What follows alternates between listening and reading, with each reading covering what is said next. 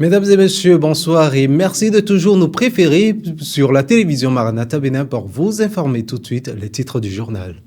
Après le rendez-vous manqué du mercredi 11 février dernier, le Conseil des ministres s'est déroulé en sa séance ordinaire ce mercredi 18 février 2026 sous la présence effective du président de la République, Patrice Talon. On retrouvera dans cette édition le porte-parole du gouvernement, Wilfried Léandre Ngwedji. À Cotonou, les mototaxis font partie du paysage quotidien et assurent la mobilité des milliers de citoyens. Mais face aux défis environnementaux et à la hausse du coût du carburant, une transformation s'annonce progressivement. Les détails dans ce journal. Et puis la haute autorité de la communication APC du Gabon a décidé mercredi 17 février 2026 la suspension immédiate des réseaux sociaux sur le territoire national jusqu'à nouvel ordre. Le tour de l'actualité internationale, c'est en fin d'édition. Approchons-nous avec assurance du trône de la grâce afin d'obtenir compassion. Hébreux 4, verset 16 à toutes et à tous à nouveau. Bonsoir. Je l'annonçais en titre. Après le rendez-vous manqué du mercredi 11 février dernier, le Conseil des ministres s'est déroulé en sa séance ordinaire ce mercredi 18 février 2026 sous la présence effective du président de la République, Patrice Talon. Au titre des mesures normatives, quelques décisions ont été prises. On suit le porte-parole du gouvernement, Wilfried Léandre Ngwedji. Transmission à l'Assemblée nationale pour autorisation de ratification de l'accord instituant la Facilité africaine de soutien juridique. Cette entité a été créée au lendemain des crises de la dette survenues au cours des années 1980-1990. Celles-ci ont mis en évidence les faiblesses juridiques et techniques des États africains dans la résolution des litiges commerciaux ruineux avec les créanciers privés. En point 2, création de l'Agence nationale de lutte contre la malaria et les moustiques. En dépit des efforts soutenus, la malaria reste endémique avec des conséquences économiques, sociales et sanitaires graves. Elle constitue l'une des premières causes de morbidité et de mortalité, particulièrement chez les enfants de moins de 5 ans et les femmes enceintes. C'est pourquoi le gouvernement fait de son éradication une priorité de premier plan s'agissant des questions de santé publique. Pour favoriser une plus grande efficacité de son action, notre pays se dote d'un instrument spécialisé, souple, autonome et réactif, chargé de conduire une lutte coordonnée, innovante et intégrée contre la malaria et les moustiques. On retrouve le porte-parole du gouvernement qui énumère quelques points retenus au titre des communications. Au chapitre des communications, en point 1, mission de contrôle technique et de réalisation de l'étude d'impact environnemental et social du projet de construction du resort urbain et balnéaire de Avlo à Grand Popo. Il s'agit d'un projet destiné à promouvoir une offre balnéaire haut de gamme développée dans une approche résolument orientée vers l'écotourisme. Pour garantir la qualité et la durabilité des ouvrages, ainsi que la préservation de l'écosystème côtier, il convient, en plus des études architecturales et techniques en cours, de réaliser une étude d'impact environnemental et social aux fins de garantir la bonne conduite du chantier en conformité avec les normes requises. En point 2. Mission de contrôle technique dans le cadre de la construction de bureaux au profit des services de la Direction générale des impôts. La réalisation de ces infrastructures ayant été déjà autorisée par le Conseil des ministres, le recours à un bureau de contrôle technique dès la phase d'avant-projet détaillé permettra notamment de s'assurer du respect des conditions de construction et de sécurité des personnes dans les bâtiments recevant du public.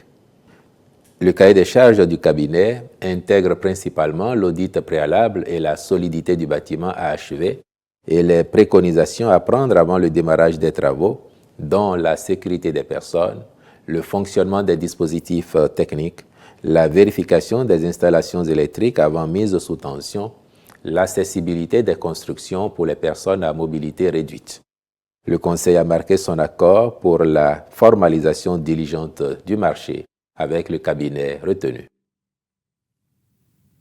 À Cotonou, les motos-taxis font partie du paysage quotidien et assurent la mobilité des milliers de citoyens. Mais face aux défis environnementaux et à la hausse du coût du carburant, une transformation s'annonce progressivement.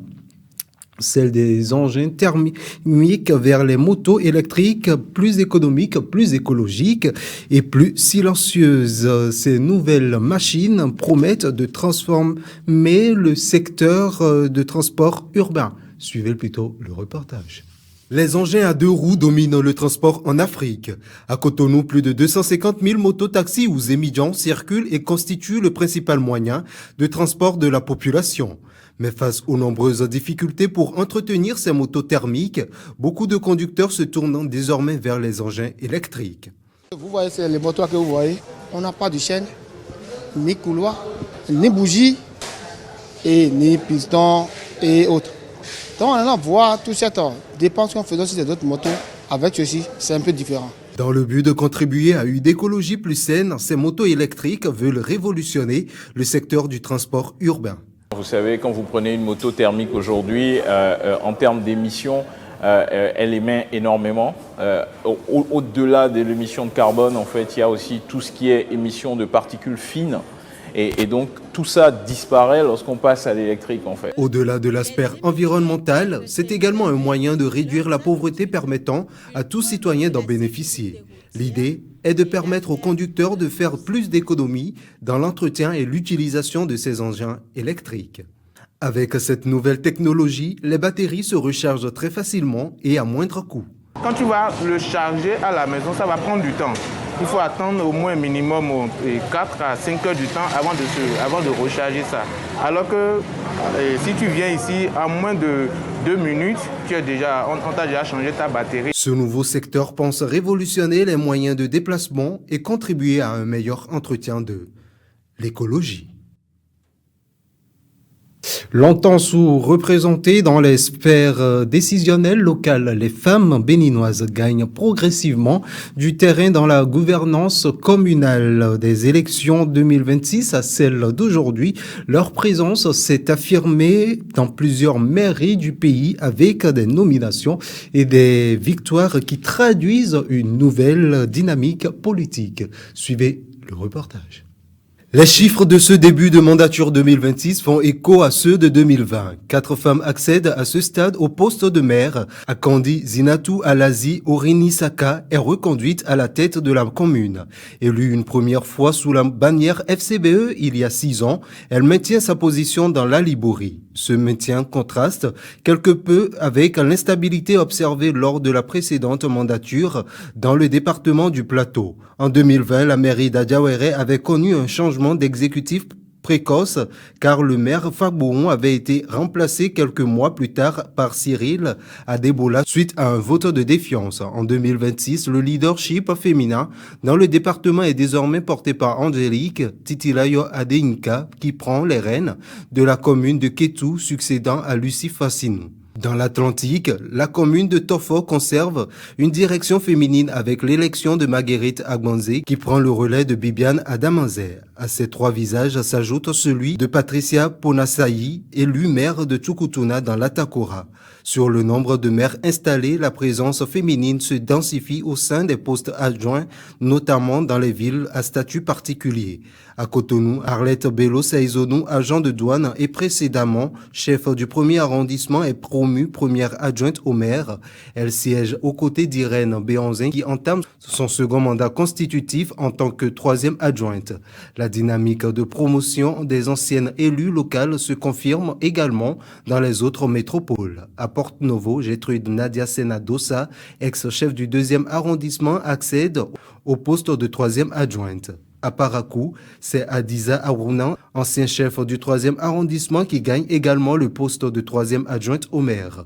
Au décompte final, sur 112 mairies, les statistiques affichent 4 femmes maires, dont 4 nouvelles, une reconduite, une précédente, et une présence renforcée par les pôles de décision avec 7 adjointes au maire identifiées dans les grandes agglomérations. Chaque jour, de milliers de personnes souffrent en silence de douleurs dentaires évitables, car derrière un simple oubli de brossage ou une mauvaise habitude alimentaire se cache parfois un véritable problème de santé. L'hygiène bucco-dentaire ne se limite pas seulement à avoir un beau sourire, elle est un pilier essentiel du bien-être. Quels sont les bons gestes à adopter? Focus sur un enjeu de santé souvent sous-estimé à travers cet élément. Sourire, parler, manger et respirer et bien d'autres actions sont rendues possibles grâce à un seul organe, la bouche, un organe que nous sollicitons à chaque instant, mais souvent sous-estimé. La bouche est bien plus qu'un simple organe, c'est la porte d'entrée vitale. Si elle va mal, c'est tout l'organisme qui est affecté. Prendre soin de sa bouche devient un impératif. À chacun ses habitudes, mais au fond, il existe des bonnes manières recommandées par des spécialistes dentaires. Ce que nous avons toujours recommandé, c'est le brossage 3 fois par jour après repas et de consulter les spécialistes du chirurgien dentiste 1 fois par an ou 2 fois par an.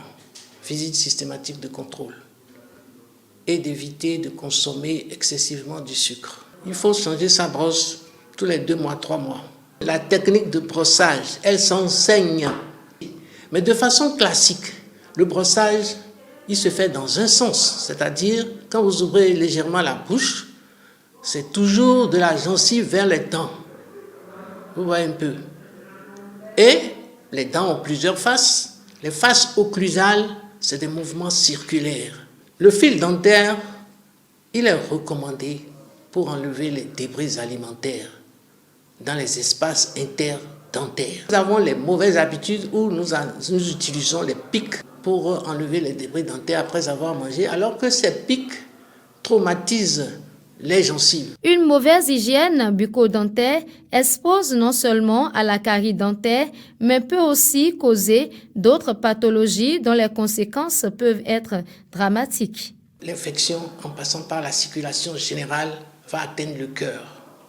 Ensuite, ça peut atteindre les poumons, ça peut atteindre le foie, comme ça peut atteindre même le système nerveux central. Alors, pour les toxines, ça peut avoir des réactions de type allergique ou immunitaire.